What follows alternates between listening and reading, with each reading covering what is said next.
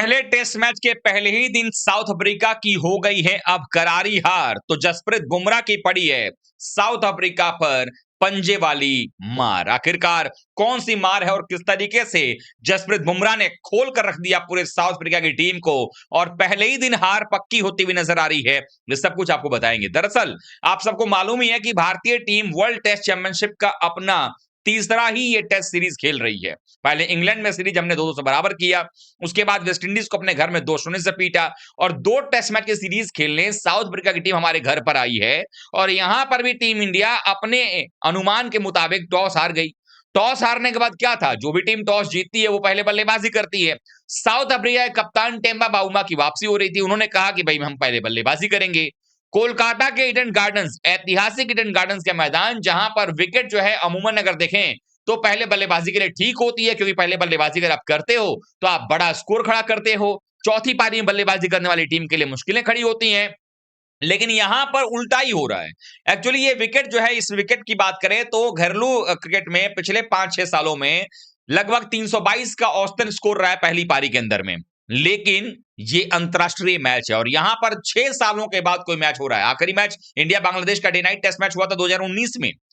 और उसके बाद 6 साल के बाद ये 2025 में मुकाबला देखने को मिला है। और यहां पर भारतीय क्रिकेट टीम जब मैदान पर उतरती है तो शुरुआत में थोड़ा सा एडन मार्करम धीमे खेलते नजर आते हैं, लेकिन उसके बाद जो तेजी दिखाते हैं दोनों ही बल्लेबाज, रियान रिकल्टन और एडन मार्करम, दोनों बल्लेबाज तेजी से अपने रनों को आगे बढ़ाना शुरू करते हैं। पहले 10 ओवर में 57 रन बन चुका था साउथ अफ्रीका का विदाउट लॉस और लगने लगा था कि 57 रन की जो ओपनिंग स्टैंड हो गई, अब यहां से भारतीय टीम के लिए मुश्किलें बढ़ने वाली हैं। लेकिन उसके बाद जब एक बार 57 पर पहला विकेट गिरता है, रियान रिकल्टन को बुमराह बोल्ड करते हैं, अराउंड विकेट आकर के क्लीन बोल्ड कर देते हैं और उसके बाद अगले ही ओवर में फिर एडन मार्करम उछलता करते हैं। अब ये 2 विकेट जल्दी जल्दी क्या गिरते हैं, कुल मिलाकर 57 पर पहला और 62 पर दूसरा, मतलब 5 रनों के अंदर में ही 2 विकेट गिरते हैं। और उसके बाद साउथ अफ्रीका की जो टीम है वो धाराशायी होने लगती है। लगातार विकेट गिरने का जो सिलसिला है शुरू हो जाता है। फिर भी देखा जाए तो 3 विकेट पर 105 रन लंच ब्रेक तक बना चुकी थी साउथ अफ्रीका की टीम और लग रहा था कि शायद यहां से अगर विकेट भारत जल्दी नहीं निकालेगा तो फिर 200-250 इस विकेट को देखते हुए ये आसान नहीं होगा भारत के लिए जब भारत बल्लेबाजी करने के लिए आएगा। लेकिन जब लंच ब्रेक के बाद खेल शुरू हुआ, भारत ने इस सत्र के अंदर में सिर्फ और सिर्फ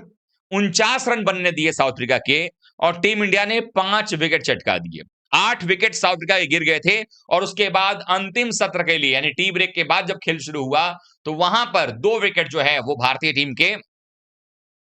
ने जो है वो जल्दी से निकाल लिए साउथ अफ्रीका के और वो दोनों विकेट जो है गए बुमराह के खाते में और बुमराह ने अपना फाइफर पूरा कर लिया। यानी कि एक और शानदार बॉलिंग का जो स्पेल रहा वो उनका जारी रहा, एक और शानदार बॉलिंग करियर जो रहा है उनका वो बढ़ता नजर आया और 5 विकेट लेकर के पूरे के पूरे साउथ अफ्रीका की टीम पर जो है हावी होते नजर आए। और इवन इन 5 विकेटों में से जो शुरू के टॉप के 4 बल्लेबाजों में 3 बल्लेबाजों का विकेट जो है वो बुमराह के नाम रहे। यानी कि ये बता रहा है कि जसप्रीत बुमराह ने किस तरीके से कमाल किया। उन्होंने पहले रिकल्टन को आउट किया, ओपनिंग करने आए थे, फिर मार्करम को आउट किया, ओपनिंग करने वो भी आए थे और उसके बाद अगर देखा जाए टोनी डी जोर्जी जो कि काफी कमाल के फॉर्म में चल रहे थे, पाकिस्तान में शतक बना करके आ रहे थे, वो उनको भी बुमराह ने जो है एलबीडब्ल्यू आउट कर दिया। तो कुल मिलाकर के देखा जाए तो बुमराह ने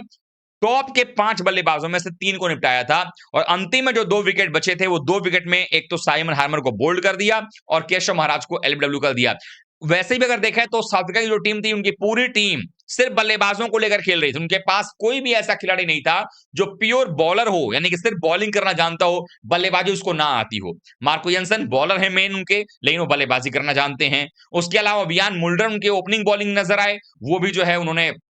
गेंदबाजी किया, वो गेंदबाजी करते हैं आपके, लेकिन बल्लेबाजी भी करना जानते हैं। तो कुल मिलाकर के देखें जिस तरीके के हालात नजर आए हैं उसको देखकर आप ये कह सकते हैं कि यहां पर एक तरीके से जो साउथ अफ्रीका की टीम है उनको झकझोरने का जो काम है वो करके दिखाया है। कुल मिलाकर देखा जाए तो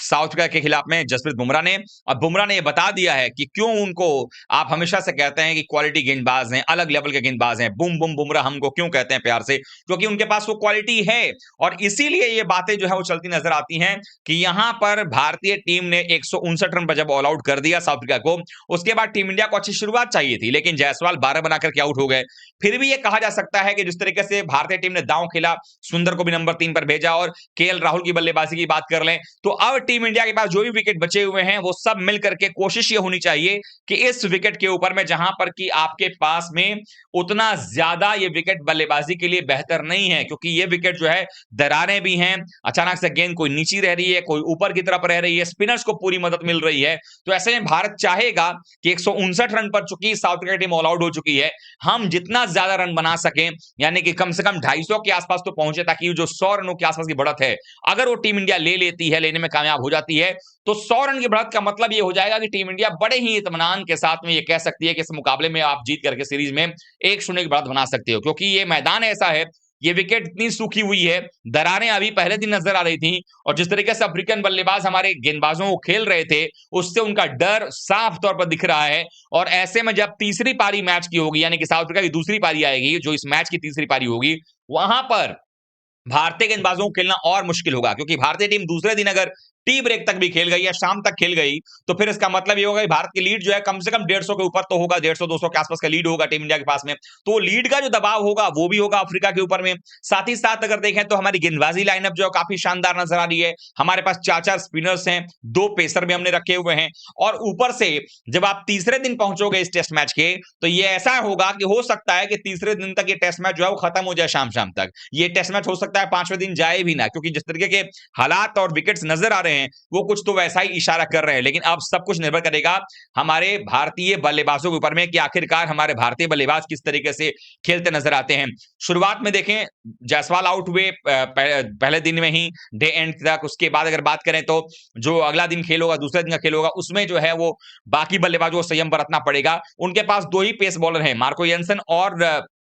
वियान मुल्डर। कॉर्बिन बॉश जो है ऑलराउंडर हैं, वो कभी भी आकर के जो है वो बॉलिंग करेंगे नहीं करेंगे वो अलग बात है, लेकिन स्पिनर्स उनके पास ज्यादा नहीं है। उनके पास मान्यता प्राप्त बेहतरीन स्पिनर की अगर बात करेंगे तो सिर्फ केशव महाराज। इसलिए टीम इंडिया को ये जो पहला स्पेल होने वाला है, जैसे ये दिन का अंतिम जब हो रहा था तो पहला स्पेल, या अगले दिन की अगर हम बात करें जो पहला स्पेल अगर है उसको निकाल दिया जाता है, तो भारतीय टीम जो है बड़े आराम से एक बड़े स्कोर की तरफ बढ़ सकती है। और चूंकि आपने 159 रन पर ऑल आउट कर लिया है, तो अब ये टीम इंडिया का फर्ज बनता है कि यहां से कम आप जो है अभी साउथ अफ्रीका के ही इनिंग वाली जो एक समय है उस टाइम फ्रेम में आप बल्लेबाजी कर रहे हैं, तो आपको उसका फायदा उठाना चाहिए। आपको जो है कम से कम रन बनाने चाहिए इतने कि पहली पारी के बाद आपको दूसरी पारी में उतनी परेशानी ना हो, क्योंकि दूसरी पारी मतलब मैच की चौथी पारी होने वाली है आपकी। और अगर आपने ये जो इतना शानदार मौका आया है जहां पर लीड लेने का, अगर आप नहीं ले पाते हैं, तो फिर परेशानी ऐसी बढ़ेगी जो फिर संभाले नहीं संभलेगी, क्योंकि चौथी पारी में आपको खेलना है, साउथ अफ्रीका को नहीं। इसलिए भारत जितनी बढ़त बनाएगा उतना बेहतर होता हुआ नजर आएगा टीम इंडिया के लिए, जब वो चेस करने के लिए उतरेंगे, अगर साउथ अफ्रीका जो है